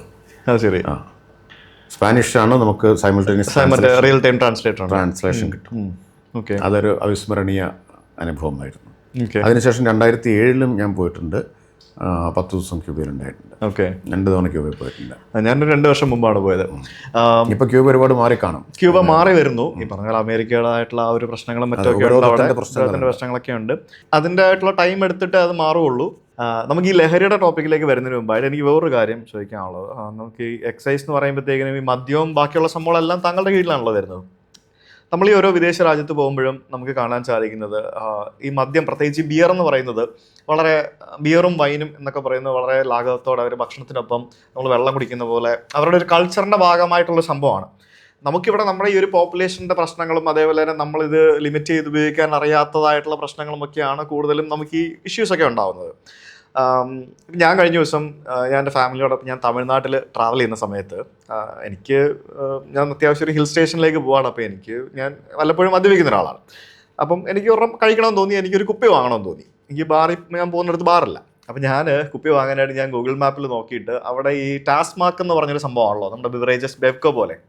അപ്പോൾ ഞാൻ ഒരു സ്ഥലത്ത് ഇത് കണ്ടുപിടിച്ച് വണ്ടി പാർക്ക് ചെയ്ത് ഞാൻ അങ്ങോട്ടേക്ക് കയറി പോകാൻ പോയപ്പോഴത്തേക്കിനും ശരിക്കും ഉണ്ടല്ലോ, എനിക്ക് അവിടേക്ക് കയറാൻ പറ്റിയില്ല. അത്രയ്ക്ക് വൃത്തിഹീനമായിട്ടുള്ളൊരു സ്ഥലം. നമുക്ക് അതിനോട് ഉപമിക്കാനായിട്ട് ഞാൻ KSRTC ബസ് സ്റ്റാൻഡിലെ ശുചിമുറി അതിനോട് ഉപമിച്ച് കഴിഞ്ഞാൽ ആ ശുചിമുറി എന്നെ ഇറങ്ങി വന്ന് തല്ലും. അത്രയ്ക്ക് വൃത്തികെട്ട സ്ഥലം. അത് എവിടെയായിരുന്നത്? ട്രിച്ചിയിൽ. അവിടെ ആ ഭാഗത്ത് ട്രിച്ചിയിൽ. അപ്പോൾ കേരളത്തിലെ കാര്യമില്ല ഞാൻ പറയുന്നത്, ഞാൻ അവിടുത്തെ കാര്യം പറയുന്നത്. കേരളത്തിൽ ഫാർ ബെറ്റർ ആണ് പിന്നെയും. ലൈക്ക് ഇപ്പം പുതിയതായിട്ട് ഈ സൂപ്പർ മാർക്കറ്റുകളും സംഭവങ്ങളൊക്കെ ഉണ്ട്. എന്നാലും എനിക്ക് എപ്പോഴും തോന്നിയിട്ടുണ്ട് നമ്മുടെ ഇന്ത്യയിൽ മാത്രം എന്താണ് ഇത്രയും വളരെ മോശമായിട്ടുള്ള അവസ്ഥയിൽ മദ്യം വിൽക്കുന്നത്. കാരണം ഇത്രയും ടാക്സ് വാങ്ങിക്കുന്ന ഒരു സാധനമല്ലേ, അല്ലേ? ഇത്രയും മോശമായിട്ടുള്ള അവസ്ഥയിൽ ഒരു വിദേശി ഇവിടെ വരുമ്പോഴത്തേക്കിനും അവൻ ഒരു ബിയർ വാങ്ങണമെങ്കിലോ അല്ലെങ്കിൽ ഒരു മദ്യം വാങ്ങണമെങ്കിലോ എല്ലാവർക്കും ബാറി പോയി കഴിക്കാൻ പറ്റുന്ന വരില്ലല്ലോ. നമ്മളതിൽ അതെന്താ അതിപ്പോഴും ശരിയാവാതെ? കേരളത്തിൽ അത് ശരിയാക്കാനുള്ള കുറേ ശ്രമം നടത്തി. അപ്പം അങ്ങനെയാണ് പ്രീമിയം ഔട്ട്ലെറ്റുകൾ ആരംഭിച്ചത്. പക്ഷേ ഒരു കാര്യം ഇന്ററപ്റ്റ് ചെയ്തതിന് സോറി, പ്രീമിയം ആൾക്കാർ മാത്രം നല്ല രീതിയിൽ വാങ്ങിച്ചാൽ പോരല്ലോ. കറക്റ്റ് അല്ല, ഞാൻ പൂർണ്ണമായിട്ട് യോജിക്കുന്നു. ഞാൻ മിനിസ്റ്ററായ സമയത്ത് ഞാൻ നമ്മുടെ എക്സൈസിലെ ഉന്നത ഉദ്യോഗസ്ഥരോട് പറഞ്ഞ കാര്യം, ആളുകൾ വലിയ വില കൊടുത്തും വലിയ ഉയർന്ന ടാക്സ് അടച്ചുമാണ് വാങ്ങുന്നത്. ഈ വാങ്ങുന്നവർക്ക് എന്തോ ഒരു ഒളിച്ചു നിന്ന് പത്രം കൊണ്ട് തലമറച്ച് ക്യൂവിൽ നിന്ന് വാങ്ങുന്ന ഒരു സ്ഥിതി ഒഴിവാക്കേണ്ടതാണ്. വാങ്ങാവുന്ന അതേപോലെ തന്നെ അതെ അത് ന്യായമാണ്. ആ ശ്രമം നടത്തിക്കൊണ്ടിരിക്കുന്നു. പൂർണ്ണമായും വിജയിച്ചു എന്ന് ഞാൻ പറയില്ല, പക്ഷെ കുറെ മാറ്റം വന്നില്ലേ? മാറ്റം വന്നു. എറണാകുളത്തൊക്കെ പണ്ട്, ഇപ്പൊ ഞാൻ പോകാറില്ല, പണ്ട് ഞാൻ കണ്ടിട്ടുണ്ട് ഫാമിലി ആയിട്ടൊക്കെ വന്ന് സൂപ്പർ മാർക്കറ്റുകളിൽ നിന്ന് ആളുകൾ വാങ്ങി പോകാൻ കണ്ടിട്ടുണ്ട് ഞാൻ. മാറ്റം വന്നിട്ടുണ്ട്. പിന്നെ ഇവിടുത്തെ ഒരു പ്രശ്നം, നമ്മുടെ പൊതുവിലുള്ള കേരളീയ സമൂഹത്തിൻ്റെ ഒരു പ്രശ്നമുണ്ടല്ലോ, കപട സദാചാരത്തിൻ്റെതായിട്ടുള്ളൊരു പ്രശ്നമുണ്ട്. ഈ മദ്യം എന്നൊരു പ്രശ്നത്തെ സദാചാര പ്രശ്നമായിട്ടാണ് നമ്മൾ കാണുന്നത്. മദ്യം ആരോഗ്യത്തിന് നല്ലതാണോ വെച്ചാൽ അല്ല. അതെ, അതുകൊണ്ടാണല്ലോ നമ്മൾ മദ്യം ആരോഗ്യത്തിന് ഹാനികരമാണ് എന്ന് പറയുന്നത്. അത് ഉപയോഗിക്കുന്നതിനെ നിരുത്സാഹപ്പെടുത്തേണ്ടതുമാണ് ആ നിലയിൽ. പക്ഷെ അത് ഉപയോഗിക്കുന്നത് എത്രയോ കാലമായിട്ട് നടക്കുന്നതാണ്. ആയിരക്കണക്കിന് കൊല്ലമായിട്ട് അത് ഉപയോഗിച്ചുകൊണ്ടിരിക്കുന്നു. അത് ഉപയോഗിക്കുന്ന വലിയൊരു വിഭാഗം ആളുകൾ നമ്മുടെ നാട്ടിലുണ്ട്. അതെല്ലാം യാഥാർത്ഥ്യമാണ്. ഇപ്പം യാഥാർത്ഥ്യമായിട്ട് നമ്മൾ കാണണം. ലഹരി ആരോഗ്യത്തിന് പൊതുവിൽ ദോഷമാണ്. പക്ഷെ ഇപ്പം നമ്മൾ കാണേണ്ടത് ഏറ്റവും മാരകമായ ലഹരി ഏതാണ്? അത് മയക്കുമരുന്നാണ്, പ്രത്യേകിച്ച് സിന്തറ്റിക് ഡ്രഗാണ്. മയക്കുമരുന്ന് പൊതുവിൽ മാരകമാണ്, വലിയൊരു വിപത്താണ്. അപ്പോൾ ചിലർ ചെയ്യുന്നതെന്ന് വെച്ചാൽ എല്ലാത്തിനെയും സാമാന്യവൽക്കരിക്കലാണ്. അങ്ങനെ സാമാന്യവൽക്കരിച്ചല്ല കാണേണ്ടത്. ഇപ്പോൾ ടൂറിസം നമ്മളെ സംബന്ധിച്ചൊരു പ്രധാനപ്പെട്ട തൊഴിൽ മേഖലയും വരുമാന സ്രോതസ്സും ഒക്കെയാണ് കേരളത്തെ സംബന്ധിച്ച്. ടൂറിസത്തെ പ്രോത്സാഹിപ്പിക്കാൻ പലതും നമ്മൾ ശ്രമിക്കുന്നു. ഈ ലോകത്തിൻ്റെ പല ഭാഗത്തു നിന്ന് ആളുകൾ വരുമ്പോൾ അവർക്ക് മദ്യം വേണ്ടേ, കിട്ടണ്ടേ? അതും അവർ മുഴുവൻ നമ്മുടെ ഇത്തരം ഇതിൻ്റെ ഇരകളാവേണ്ട കാര്യമില്ലല്ലോ. മദ്യനിരോധനം ലോകത്തെവിടെ വിജയിച്ചിട്ടുള്ളത്? എവിടെയെങ്കിലും വിജയിച്ചിട്ടുണ്ടോ? ഇന്ത്യയിൽ ഗുജറാത്താണ് മദ്യനിരോധനം നടപ്പാക്കിയ സംസ്ഥാനം. അവിടെ മദ്യദുരന്തത്തിൽ ആൾ മരിച്ച വാർത്ത നമ്മൾ കേട്ടിട്ടുണ്ട്. മദ്യം അവൈലബിൾ ആണല്ലോ. അതെ, അതാണ് ഞാൻ പറഞ്ഞത്. അപ്പോൾ എന്തൊരു പ്രഹസനമാണ് ഈ മദ്യനിരോധനം എന്നൊക്കെ പറയുന്നത്. എന്നിട്ട് എല്ലാ മദ്യം മുഴുവൻ നിരോധിച്ചു കളയണമെന്നൊക്കെ വാദിക്കുന്നത് അതൊക്കെ പ്രഹസനമാണ്, അപ്രായോഗികമാണ്. മാത്രമല്ല അത് കൗണ്ടർ പ്രൊഡക്റ്റീവാണ്. മദ്യം നിരോധിച്ചു കഴിഞ്ഞാൽ മറ്റ് ഡ്രഗ്സ് കൂടുകയും ചെയ്യും. ഉറപ്പ്. കേരളത്തിൽ തന്നെ അതിൻ്റെ കാരണങ്ങളിലൊന്ന് ഇടക്കാലത്ത് വന്നിട്ടുള്ള ഈ ബാറുകൾ മുഴുവൻ അടച്ചുപൂട്ടിയിട്ടൊരു നടപടിയാണ്. അതാണ് അത് എല്ലാവർക്കും അറിയാം. പക്ഷേ അതറിഞ്ഞുകൊണ്ട് തന്നെ പലരും അതെന്തോ വലിയ മഹത്തായ കാര്യമായിട്ട് താൽക്കാലികമായിട്ട് കുറച്ച് കൈയടി കിട്ടാനായിട്ട് ചെയ്യാന്നുള്ളതേ ഉള്ളൂ. സൗദി അറേബ്യയിൽ പോയിട്ടുണ്ടോ? ഞാൻ സൗദി അറേബ്യയിൽ പോയിട്ടില്ല. അടുത്ത ദിവസങ്ങളിൽ വന്ന ഏറ്റവും ശ്രദ്ധേയമായിട്ടുള്ള വാർത്ത ഏതാ? അവിടെ മദ്യം ആരംഭിക്കാൻ പോകുന്നു എന്നല്ലേ? അല്ല, മദ്യം കൊടുക്കാൻ തീരുമാനിച്ചു. നിയന്ത്രണം എടുത്തു കളഞ്ഞു എന്നാണ്. അപ്പോഴാണ് ഇവിടെ മദ്യം ഒഴുക്കുന്നു എന്നൊക്കെയുള്ള ആക്ഷേപം വരുന്നതെന്ന് കാണണം. നമ്മൾ ടൂറിസ്റ്റുകൾക്ക് വേണ്ടിയിട്ടൊരു ഒക്കെ നിലവിലുള്ളതിൽ നിന്ന് വ്യത്യസ്തമായ ചില സൗകര്യം ഏർപ്പെടുത്തുമ്പോൾ വരുന്നത് എന്തുകൊണ്ടാണ്? ഇതൊരു യാഥാർത്ഥ്യമാണ് എന്നതുകൊണ്ടാണ്. അതേസമയം മയക്കുമരുന്നിനോട് നമ്മൾ വിട്ടുവീഴ്ചയില്ലാത്ത യുദ്ധം തന്നെ എല്ലാ രാജ്യത്തും പ്രഖ്യാപിച്ചിരിക്കുകയാണ്. എല്ലായിടത്തും രണ്ടും രണ്ടായിട്ട് തന്നെ കാണണം എന്നാണ് എൻ്റെ അഭിപ്രായം. മയക്കുമരുന്ന് എന്ന സാമൂഹിക വിപത്തിനോട് ഒരു വിട്ടുവീഴ്ചയും പാടില്ല. അതിനെ നശിപ്പിച്ച് കളയണം, വേരോടുകൂടി നശിപ്പിച്ച് കളയണം. അതാണ് നമ്മുടെ ഫോക്കസ്. അതാണ് ഫോക്കസ് തെറ്റിയിട്ട് എല്ലാം കൂടി ജനറലൈസ് ചെയ്തിട്ട് കാര്യമില്ല. ഫോക്കസ് അതിലായിരിക്കണം. ഒരു ലഹരിയും നമുക്ക് അഡ്വൈസബിൾ അല്ല, അതാവാം എന്ന് നമുക്ക് പറയുന്നതിൽ കാര്യമില്ല. പക്ഷേ മയക്കുമരുന്ന് പ്രത്യേകമായി നമ്മൾ കാണേണ്ട ഒന്നാണ്. അപ്പം ആ ഫോക്കസ് അതിലായിരിക്കണം എന്നാണ് ഞാൻ വിചാരിക്കുന്നത്. ഈ മയക്കുമരുന്നിനെ സംബന്ധിച്ച് ഇതിൻ്റെ ഈ നിയമങ്ങളിൽ പ്രത്യേകിച്ച് കുറച്ച് പഴുതുകൾ കൂടുതലായിട്ടില്ലേ? പ്രത്യേകിച്ച് ഇപ്പം ഈ ഓരോ സാധനങ്ങൾ ഇത്ര ഗ്രാം കൈവശം വെച്ച് കഴിഞ്ഞാൽ ജാമ്യം കിട്ടും എന്നൊക്കെ പറഞ്ഞുകൊണ്ട് അതൊക്കെ കുറച്ചുകൂടെ സ്ട്രിക്റ്റ് ആക്കിയാൽ ഇതൊക്കെ കൺട്രോൾ ചെയ്യാൻ പറ്റില്ലേ? എന്താ സംശയം? സ്ട്രിക്റ്റ് ആക്കുന്നതിന് ആർക്കാ വിരോധം? അതാരാ ചെയ്യണ്ടേ? കേന്ദ്ര സർക്കാർ, കേന്ദ്ര നിയമമാണ്. നമ്മൾ പലതവണ കത്ത് എഴുതി കഴിഞ്ഞു. ഒരു റെസ്പോൺസ് പോലും നമുക്ക് വന്നിട്ടില്ല. നമുക്ക് കേരളത്തിനൊന്നും ചെയ്യാൻ പറ്റില്ല. ഇല്ല, പാർലമെന്റ് പാസ്സാക്കിയ നിയമം കേരളത്തിന് മാറ്റാൻ പറ്റുമോ? പാർലമെന്റ് പാസ്സാക്കിയ നിയമമാണ്. NDPS ആക്ട് പാർലമെന്റ് പാസ്സാക്കിയിട്ടുള്ള നിയമം. അതിൽ അമെൻമെന്റ് കൊണ്ടുവരണം എന്ന് നമ്മൾ പലതവണ കത്തയച്ചു. ഒരു മറുപടി നമുക്ക് കിട്ടിയിട്ടില്ല. ഇതാണ് സ്ഥിതി. ഇത് പലർക്കും അറിഞ്ഞുകൂടാ. ഇപ്പൊ നമുക്ക് സുജിത്തിനെ പോലുള്ള ആൾ ചോദിക്കുന്നു നിങ്ങൾക്കൊന്നും ചെയ്യാൻ പറ്റില്ലേ എന്ന്. ഇതറിയാതെ പലരും കേരളത്തിലെ ഗവൺമെന്റിനെ വിമർശിച്ചുകൊണ്ടിരിക്കുകയാണ്. ഇത് മാറ്റിക്കൂടെ എന്നൊക്കെ ചോദിച്ചിട്ട് എനിക്കറിയാവുന്ന കാര്യങ്ങളൊക്കെ മനസ്സിലാക്കുന്ന ആൾക്കാർ പോലും വിചാരിക്കുന്നത് നമ്മളാണ് ഇത് ചെയ്യേണ്ടതെന്നാണ്. നമ്മൾ 2-3 തവണ കത്തയച്ചു കഴിഞ്ഞു, പ്രതികരണമില്ല. അതിപ്പോ KSRTC ബസ് നിർത്തിയില്ലെങ്കിൽ ഗതാഗത മന്ത്രി ഫോൺ വിളിക്കുന്ന ആൾക്കാരല്ലേ നമ്മൾ സ്റ്റോപ്പിൽ നിർത്തിയില്ല എന്ന് പറഞ്ഞുകൊണ്ട്. ഈ മദ്യം കിട്ടിയില്ല എന്ന് പറഞ്ഞ് എന്നെ വിളിക്കാറുണ്ട്. ശരി, സ്കൂളിൽ അവധി കിട്ടിയില്ല എന്ന് പറഞ്ഞുകൊണ്ട് ശിവൻകുട്ടി സാറിനെ വിളിക്കാറുണ്ട്. ഇടയ്ക്ക് കുറച്ചു കാലമേ ഉള്ളൂ. ഒരു പ്രശ്നം വന്നപ്പോൾ ഈ ജവാൻ മദ്യത്തിന്റെ ലഭ്യതയിൽ ഒരു കുറവ് വന്നു. തുരുതുര എനിക്ക് കോള് വരികയായിരുന്നു, ജവാൻ കിട്ടുന്നില്ല എന്നൊക്കെ പറഞ്ഞിട്ട്. നേരെ ഔട്ട്ലെറ്റിൽ കയറിയിട്ട് അവിടെ നിന്ന് ഇറങ്ങിയിട്ട് വിളിക്കും. സാധനമില്ലാന്നല്ലേ വിളിക്കാറുണ്ട്.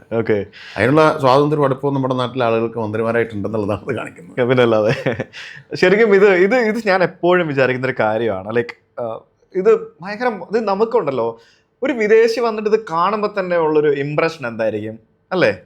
ലൈക്ക് നമ്മൾ ഇങ്ങനെയാണോ ഇവിടെ മദ്യം വിൽക്കുന്നത് എന്നുള്ളൊരു ഇതൊക്കെ തോന്നലൊക്കെ. നേരത്തെ സുജിത്ത് പറഞ്ഞ കാര്യമായിട്ട് ബന്ധപ്പെട്ട് ഇതിനകത്ത് ഞാൻ ഒന്ന് പറഞ്ഞോട്ടെ, ഇതിനകത്ത് ബാംഗ്ലൂരും കർണാടകത്തിലൊക്കെ അവരിത് പ്രൈവറ്റൈസ് ചെയ്തിട്ടുണ്ട്. അതായത് നമ്മൾ ഈ സൂപ്പർ മാർക്കറ്റ് പോലെ മദ്യം മാത്രം വിൽക്കുന്ന സൂപ്പർ മാർക്കറ്റുകളുണ്ട്, പ്രൈവറ്റൈസ് ചെയ്തിരിക്കുകയാണ്. അത് ഗോവയിലും കണ്ടിട്ടുണ്ട്. നമുക്ക് അങ്ങനെയൊന്നും ചെയ്യാൻ നമ്മുടെ നിയമം അനുവദിക്കുന്നില്ല. അല്ല, നയം അതല്ല. LDF സർക്കാരിന്റെ നയം മദ്യ വിൽപ്പന പ്രൈവറ്റൈസ് ചെയ്യുക എന്നുള്ളതല്ല. അതും MRP വിറ്റും നമുക്ക് സെയിം ടാക്സ് കിട്ടില്ലേ? അതല്ല, അതിൽ സർക്കാരിൻ്റെ ഒരു നിയന്ത്രണം, റെഗുലേഷൻ അക്കാര്യത്തിൽ ഉണ്ടാവണം. ബെവ്കോ ആണ് കേരളത്തിലെ മദ്യവിതരണം മുഴുവൻ, അതിൻ്റെ കുത്തക ബെവ്കോയ്ക്കാണ്. പ്രൈവറ്റൈസ് ചെയ്യുന്നത് നമുക്ക് സ്വീകാര്യമായിട്ടുള്ള കാര്യമല്ല. പക്ഷെ അതുകൊണ്ട് പ്രശ്നം തീരില്ലല്ലോ. പ്രൈവറ്റൈസ് ചെയ്തുകൊണ്ട് പ്രശ്നം തീരുന്നില്ല. പക്ഷെ കുറച്ചുകൂടെ സർവീസ് കുറച്ചുകൂടെ ആളുകൾക്ക് ലഭ്യത. വേറൊരു കാര്യം ഞാൻ പറയാം.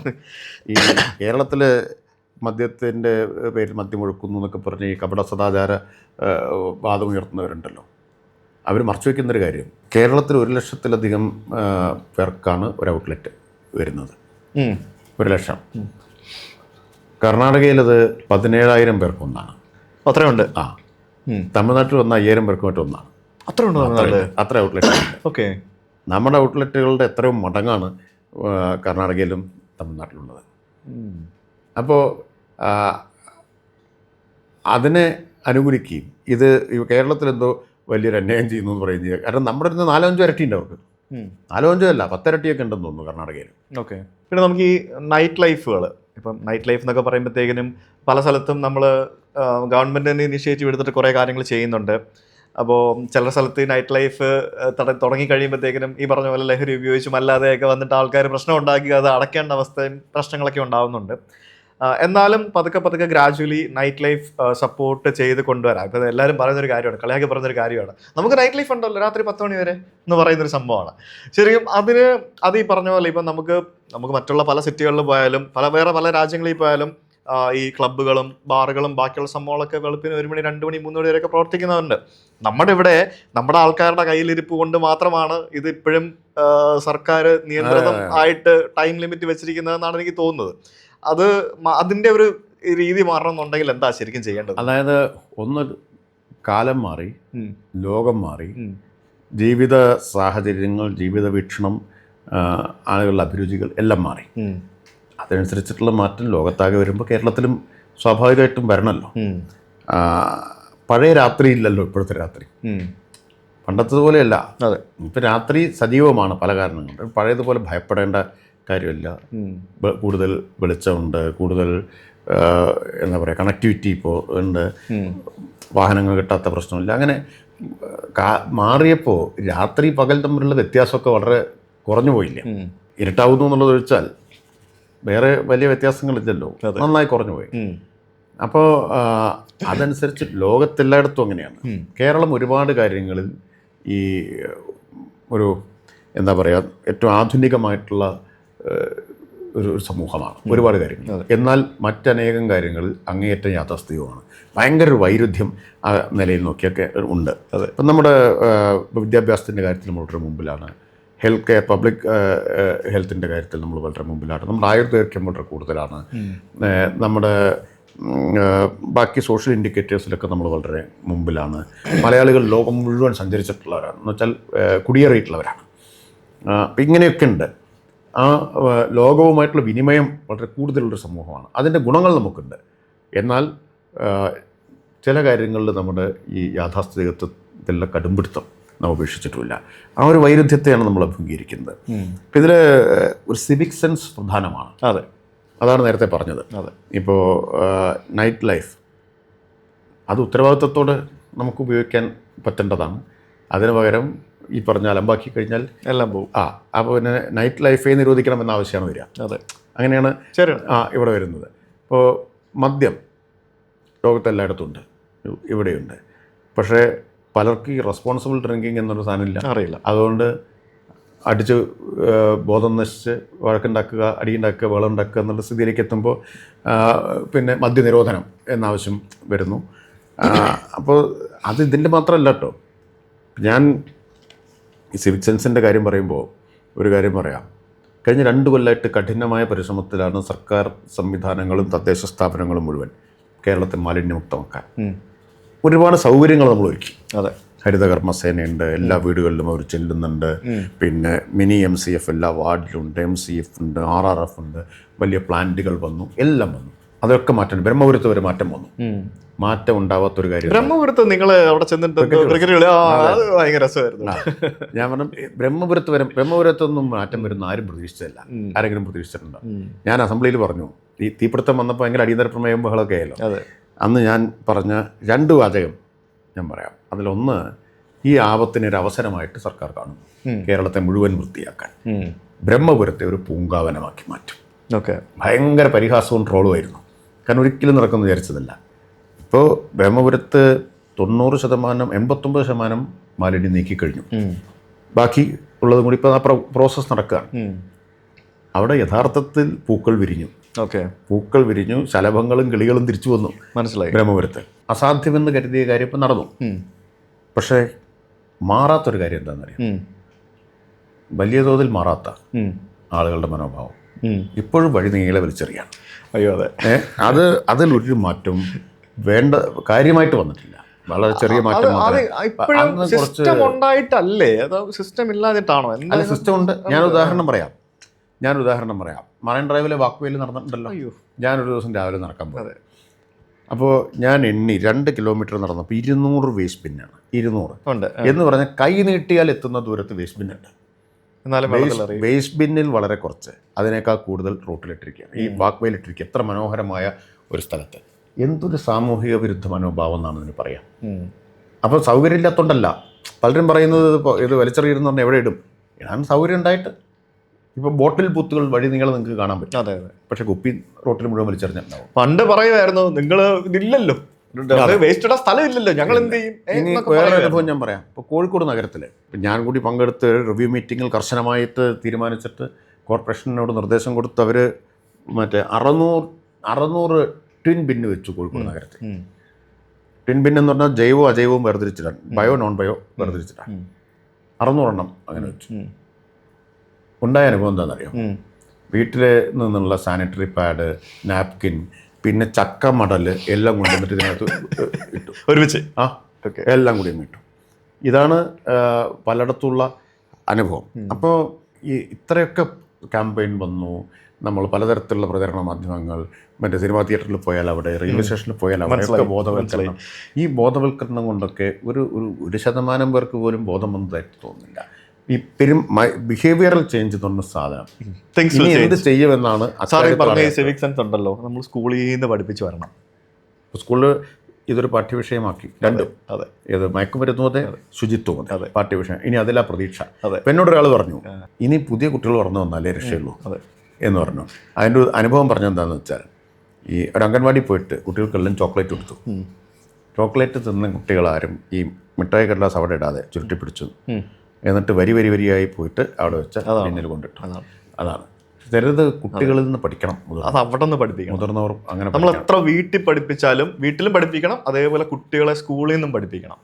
ഇതിന് ഇനി വലിച്ചെറിയുന്നതിലൊന്നും വലിപ്പച്ചെറുപ്പ് വ്യത്യാസമില്ല, ക്ലാസ് ഡിഫറൻസ് ഇല്ല. സമ്പന്നനും ദരിദ്രനും ഒക്കെ ഒരുപോലെ ഈ സംസ്കാരശൂന്യമായിട്ടുള്ള പണി ചെയ്തുകൊണ്ടിരിക്കുകയാണ്. വിദ്യാഭ്യാസം ഉണ്ടായിട്ടും കാര്യമില്ല. ഇല്ല. കുന്നംകുളത്തുണ്ടായ ഒരു അനുഭവം പറയാമോ? ഭയങ്കര നമ്മുടെയൊക്കെ കണ്ണു തുറപ്പിക്കേണ്ട ഒരു അനുഭവം. കുന്നംകുളത്തെ മുനിസിപ്പാലിറ്റി ജീവനക്കാർ രാവിലെ വൃത്തിയാക്കാൻ ഇറങ്ങിയപ്പോൾ ഒരു ബാഗ് കിട്ടി, ഒരു സഞ്ചി. തുറന്നു നോക്കിയപ്പോൾ വീട്ടിലെ വേസ്റ്റ് മുഴുവൻ കുത്തി നിറച്ച് റോഡിൽ കൊണ്ട് നട്ടിരിക്കുകയാണ്. അതിൽ നിന്ന് അവർക്ക് നമ്പർ കിട്ടി. ആ നമ്പറിൽ വിളിച്ചിട്ട് പറഞ്ഞു, നിങ്ങൾക്കൊരു കൊറിയർ ഉണ്ടല്ലോ, എങ്ങനെ എത്തിക്കാമെന്ന് വെച്ചു. അപ്പോൾ അപ്പുറത്തുനിന്ന് പറഞ്ഞു, ഞാനിപ്പോൾ തന്നെ ലൊക്കേഷൻ ഷെയർ ചെയ്യാമെന്ന് പറഞ്ഞു. ലൊക്കേഷൻ ഷെയർ ചെയ്തു. ഇവരതുകൊണ്ട് വീട്ടിൽ പോയിട്ട് തിരിച്ചു കൊടുത്തു. എന്നിട്ട് പറഞ്ഞു, ഒന്നും നഷ്ടപ്പെട്ടിട്ടില്ല എന്ന് ഉറപ്പാക്കിക്കോളാം. കയ്യോടെ പിടിക്കപ്പെട്ടല്ലോ. മനസ്സിലായി. അപ്പോൾ ചെയ്തയാൾ ചില്ലറക്കാരനല്ല, സോഫ്റ്റ്വെയർ എഞ്ചിനീയറാണ്, ബാംഗ്ലൂരിലെ ജോലി. ഓക്കെ. നാട്ടിൽ വന്നപ്പോൾ ചെയ്ത ഉപകാരമാണ്. ഓക്കെ. നാടിനോട് ചെയ്തൊരു സേവനമാണ്. മനസ്സിലായി. അപ്പോൾ ഇയാൾക്ക് ഫൈൻ എഴുതി കൊടുത്തു. 10,000 രൂപ റെസീറ്റ് അടിച്ചു കൊടുത്തു. അപ്പോൾ അയാൾ പറഞ്ഞു, ഞാൻ ഫൈൻ അടച്ചോളാം, ദയവ് ചെയ്ത് പേപ്പറിൽ പേര് കൊടുത്തിട്ട് അപമാനിക്കരുത്. അപ്പം അപമാനമുള്ള കാര്യമാണ് ചെയ്തതെന്ന് അറിയാം. അതെ അതെ അതെ, അറിയാനിട്ടല്ല. എന്നിട്ട് എന്ത് ചെയ്യുന്നു? ശരിക്കും ഇത്രയും ഫൈനൊക്കെ വരും ആളുകൾ മനസ്സിലായത് മറ്റേ MG ശ്രീകുമാറിൻ്റെ ഒരു വിഷയം വന്നപ്പോഴാണ്. അദ്ദേഹം വളരെ മാന്യമായിട്ട് ഇത് സോറിയൊക്കെ പറഞ്ഞ് അത് ഡീൽ ചെയ്യുകയും ചെയ്തു. സ്വാഭാവികമായിട്ട് സംഭവിക്കാവുന്നൊരു കാര്യമാണ്. എനിക്കൊരു എക്സ്പീരിയൻസ് പറയാനുണ്ട്. ഞാൻ ഇപ്പോൾ കഴിഞ്ഞൊരു 1.5 വർഷമായി ഞാനിപ്പോൾ എറണാകുളത്തേക്ക് മാറി. ഞാനിപ്പോൾ ഫ്ലാറ്റ് ജീവിതമാണ്. അതിന് മുമ്പ് വരെ എന്നെ ജനിച്ച് വളർന്നപ്പോൾ ഒരു കാര്യം ചോദിക്കട്ടെ, ഞാൻ പറയാൻ പോകുന്നത്. സാർ മനസ്സിലായി. അപ്പോൾ ഈ കഴിഞ്ഞ എൻ്റെ ജനിച്ച ദിവസം മുതൽ ഞാൻ കഴിഞ്ഞ 1.5 വർഷം മുമ്പ് വരെ ഞാൻ താമസിച്ചിരുന്നത് കോഴഞ്ചേരി എന്ന് പറഞ്ഞ സ്ഥലത്ത് എൻ്റെ സ്വന്തം വീട്ടിലാണ്. അപ്പോൾ അവസാന സമയങ്ങൾ ഇപ്പം കഴിഞ്ഞൊരു 2-3 വർഷമായിട്ടേ ഉള്ളല്ലോ ഈ ഹരിത കർമ്മസേനയൊക്കെ വന്നിട്ട്. അപ്പോൾ അതിന് മുമ്പ് നമുക്ക് ഈ വേസ്റ്റ് പ്രോപ്പറായിട്ട് കളയാനായിട്ട് പ്രത്യേക സ്ഥലങ്ങളോ കാര്യങ്ങളൊന്നുമില്ല. അപ്പോൾ നമ്മൾ എന്ത് ചെയ്യും? നമ്മൾ വീടിൻ്റെ പുറകിലിട്ട് കത്തിക്കും. അപ്പോൾ എനിക്കൊരു കുഞ്ഞുണ്ടായി, ഇപ്പം 4 വയസ്സായി. ഈ കുഞ്ഞുണ്ടായി കഴിഞ്ഞപ്പോഴാണ് നമുക്ക് ഏറ്റവും കൂടുതലായിട്ട് ഈ നാപ്കിൻസും ഈ പറഞ്ഞ പോലെ സ്ത്രീകളുടെ പാഡ്, ഈ സാധനങ്ങളൊക്കെ ഇതൊക്കെ ഡിസ്പോസ് ചെയ്യാൻ അന്നും ഇന്നും പാട് തന്നെയാണ് സത്യം പറഞ്ഞാൽ. ഈ പ്രത്യേകിച്ച് ഈ ഹരിത കർമ്മസേന വന്നു തുടങ്ങിയപ്പോഴത്തേക്കിനും അവർ പോലും ഈ സാധനം എടുക്കാതായി. പല സ്ഥലങ്ങളിലും ഇത് എടുക്കുന്നില്ല എന്നുള്ളൊരു പ്രശ്നമുണ്ട്. കാരണം ഇത് പ്രോപ്പറായിട്ട് അവർക്ക് പോലും ഡിസ്പോസ് ചെയ്യാൻ പറ്റാത്തതിൻ്റെ ബുദ്ധിമുട്ടുകളോ അങ്ങനെ എന്തൊക്കെയോ പ്രശ്നങ്ങൾ ഞാൻ ഉൾപ്പെടെ പലരും ഫേസ് ചെയ്യുന്നുണ്ട്. അത് താങ്കൾ എപ്പോഴെങ്കിലുമൊക്കെ അത് കേട്ടിട്ടുണ്ടാവാം, റെക്ടിഫൈ ചെയ്യുമായിരിക്കാം. അപ്പോൾ അങ്ങനെ ഒരു സിസ്റ്റം വന്നു. അപ്പോൾ അതിനിടയ്ക്ക് ഈ പറഞ്ഞ പോലെ എന്തോ ഒരു സംഭവം വീണ്ടും പറയാം നമ്മളിട്ട് കത്തിച്ചപ്പം പഞ്ചായത്തിൽ നിന്ന് വന്ന് ഫൈനും തന്നു.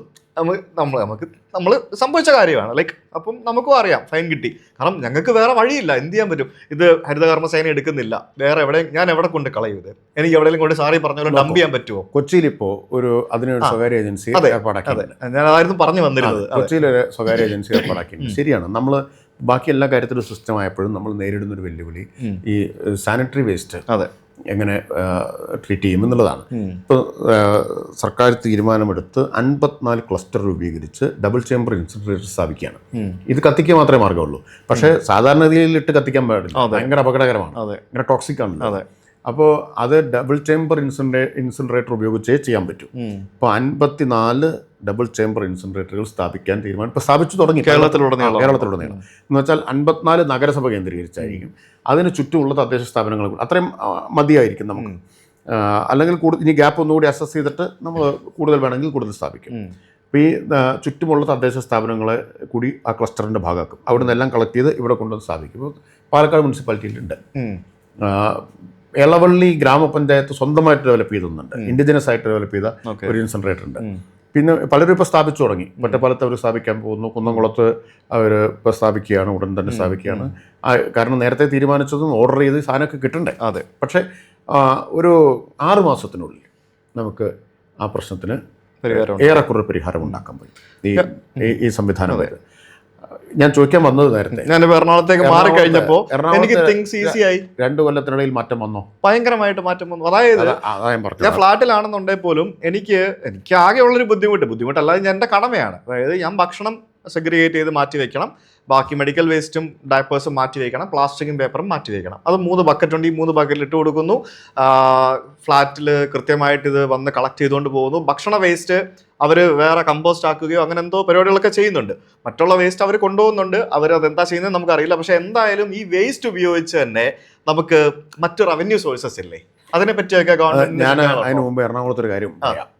ഈ ബ്രഹ്മപുരം തീപിടുത്തം കഴിഞ്ഞ് തീ അണച്ചിട്ട് കാക്കനാട് പോയി.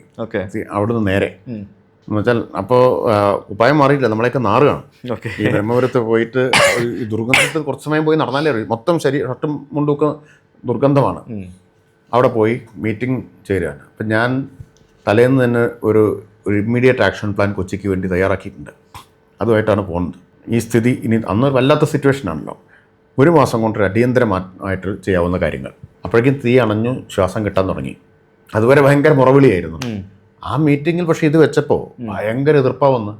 ഇതൊന്നും ഇവിടെ പറ്റില്ല എന്ന് പറഞ്ഞു. ഇതൊക്കെയായിരുന്നു സെഗ്രിഗേഷൻ, ഉറവിടത്തിൽ തന്നെ ജൈവമാലിന്യം സംസ്കരിക്കുക, മറ്റത് ഹരിതകർമ്മസേനയ്ക്ക് കൊടുക്കുക എന്നൊക്കെ പറഞ്ഞപ്പോൾ ഭയങ്കര എതിർപ്പ് വന്നു. ഇവിടെ പറ്റില്ല.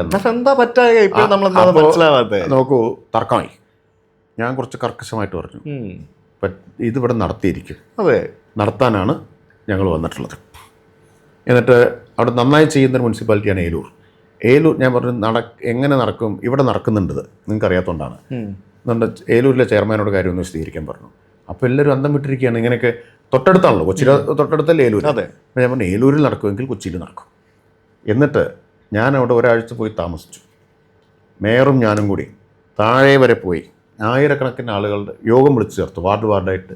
എന്നിട്ട് ആയിരക്കണക്കിന് ആളുകളോട് സംസാരിച്ച് അങ്ങനെയാണ് ഈ ആളുകളെ ഈ മനോഭാവത്തിലേക്ക് എത്തിക്കുന്നത്.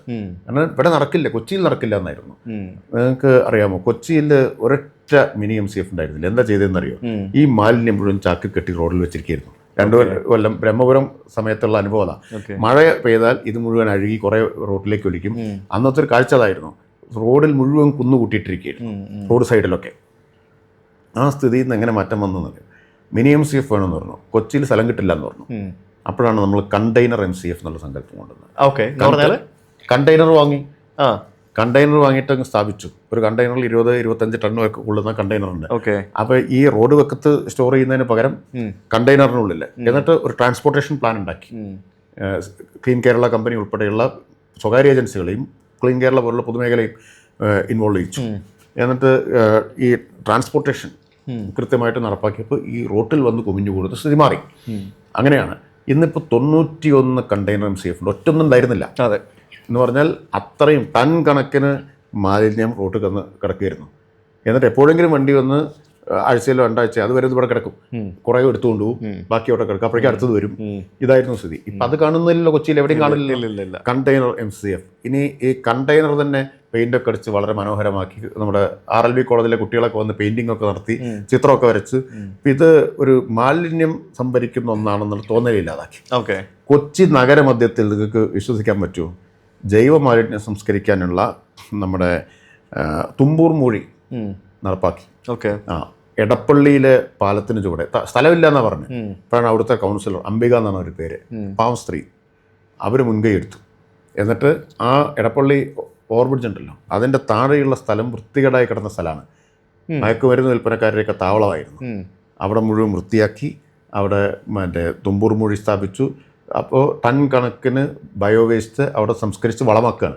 ആ വളം ഉപയോഗിച്ച് അവിടെ തന്നെ പച്ചക്കറി കൃഷിയും തുടങ്ങി വരും. ഓക്കെ. പിന്നെ പൊന്നുരുന്നി പാലത്തിൻ്റെ കീഴിൽ ഇതേ കാര്യം ചെയ്തു.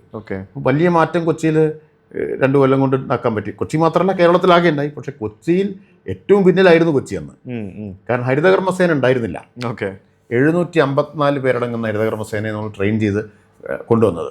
ഒറ്റാൾ പോലും ഉണ്ടായിരുന്നില്ല. ഇതിനിടയ്ക്ക് കുറച്ച് സ്വകാര്യ സ്ഥാപനങ്ങളും ഉണ്ട്. അതുണ്ടായിരുന്നു. പക്ഷേ ഒരു സിസ്റ്റമായി, കൊച്ചിയിൽ ഇപ്പോൾ ഒരു സിസ്റ്റമായി മാറ്റം വന്നിട്ടുണ്ടെന്ന് എല്ലാവരും പറയുന്നുണ്ട്. കേരളത്തിൽ ആകെ ഈ ഒരു മാറ്റം വന്നു. പക്ഷെ മാറാത്തത് മനോഭാവമാണ്. സാർ പറഞ്ഞില്ലേ നേരത്തെ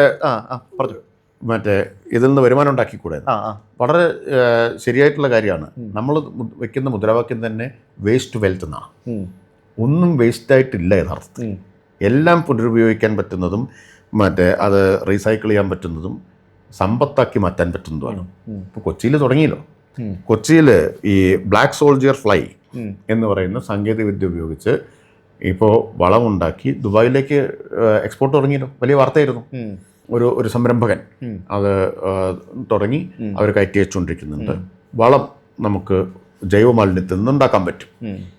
പിന്നെ നമുക്ക് പ്ലാസ്റ്റിക് റീസൈക്കിൾ ചെയ്യാൻ പറ്റും.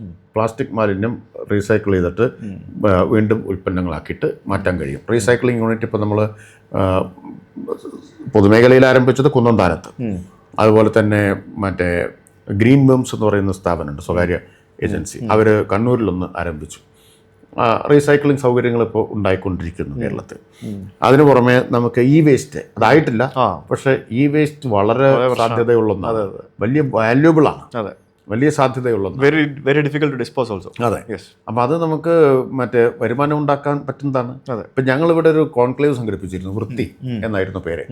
അതിൽ ഇത്തരത്തിലുള്ള ധാരാളം സ്റ്റാളുകൾ ഉണ്ടായിരുന്നു. എങ്ങനെയാണ് ഇതിനെ തൊഴിലും, സർക്കുലർ എക്കോണമി എന്ന് പറയും, ഇതിനെ എങ്ങനെ തൊഴിലും വരുമാനമാക്കിയിട്ട് മാറ്റാൻ പറ്റും, വേസ്റ്റിൽ നിന്ന് തൊഴിൽ, വരുമാനം എന്നിവ എങ്ങനെ ഉണ്ടാക്കാൻ കഴിയും എന്നതിൻ്റെ ധാരാളം ആശയങ്ങൾ അവിടെ അവതരിപ്പിക്കുകയുണ്ടായി. പക്ഷേ നമ്മുടെ മനോഭാവത്തിലെ മാറ്റം വരാതിരുന്നാൽ വേഗതയുണ്ട്. സാർ നേരത്തെ പറഞ്ഞില്ലേ അത് ഡിഫിക്കൽട്ടാണ്, നടക്കില്ല എന്ന് അവർ പറഞ്ഞു എന്ന്. അത് നടത്തിക്കാന്നുള്ളത് നമ്മളിപ്പോൾ തെളിയിച്ച് കാണിച്ചു വന്നിരിക്കുകയാണ്. സാറ് പറഞ്ഞല്ലോ, സാറ് ലണ്ടനിൽ പോയിട്ടുണ്ട്, അവിടെ ഫ്രണ്ട്സിൻ്റെ ഒക്കെ വീട്ടിൽ താമസിച്ചിട്ടുണ്ടെന്ന്. ഇവരുടെയൊക്കെ വീടിൻ്റെ മുമ്പിൽ വലിയ ഡബ്ബ കണ്ടിട്ടില്ല? ഒരു റോഡിന്റെ സൈഡിൽ എല്ലാവരുടെയും വീട്ടിൽ 2-3 കളറിലെ ഡബ്ബ ഉണ്ടാവും. എൻ്റെ സാധനം ഞാൻ തന്നെ സെഗ്രിഗേറ്റ് ചെയ്ത് അവിടെ കൊണ്ടിടണം. മറ്റേ വേസ്റ്റ് കളക്ഷൻ്റെ വണ്ടി വരും, അവൻ തുടത്തുപോലില്ല ഡബ്ബയിൽ, അവൻ എന്തോ ഒരു എക്യുപ്മെന്റ് അവിടെ വെച്ചിട്ട് ഈ ഡബ്ബ കംപ്ലീറ്റ് അതിനകത്ത് പോകും. ഇത് ഈ കൊണ്ടുപോകുന്നതിനകത്ത് എന്തെങ്കിലും സെഗ്രിഗേഷനിൽ പാളിച്ച് വന്നു കഴിഞ്ഞാൽ ഹെവി ഫൈനും കിട്ടും. ഇത് നമ്മൾ പുറത്ത് കൊണ്ടുവെക്കാൻ പറയുന്നില്ല, പലയിടത്തും കളക്ട് ചെയ്യുന്നു. ഇതെല്ലാം ഇപ്പോൾ സുജിത്ത് പോയി കണ്ടു പറയുന്നു. നമ്മുടെ നാട്ടിൽ വേറൊരു തരം എന്താ പറയുക കാപട്യം എന്താണെന്ന് വെച്ചാൽ, ധാരാളം പേര് വിദേശത്ത് ധാരാളം മലയാളികൾ പോകുന്നുണ്ട്. അവിടെ പോയി വന്നിട്ട് ആ സിസ്റ്റത്തെ ഇവിടെ വാഴ്ത്തും. പക്ഷെ നമ്മൾ നടപ്പാക്കാൻ നോക്കിയാലോ അതിനെ എതിർക്കുകയും ചെയ്യും. ഇല്ലേ?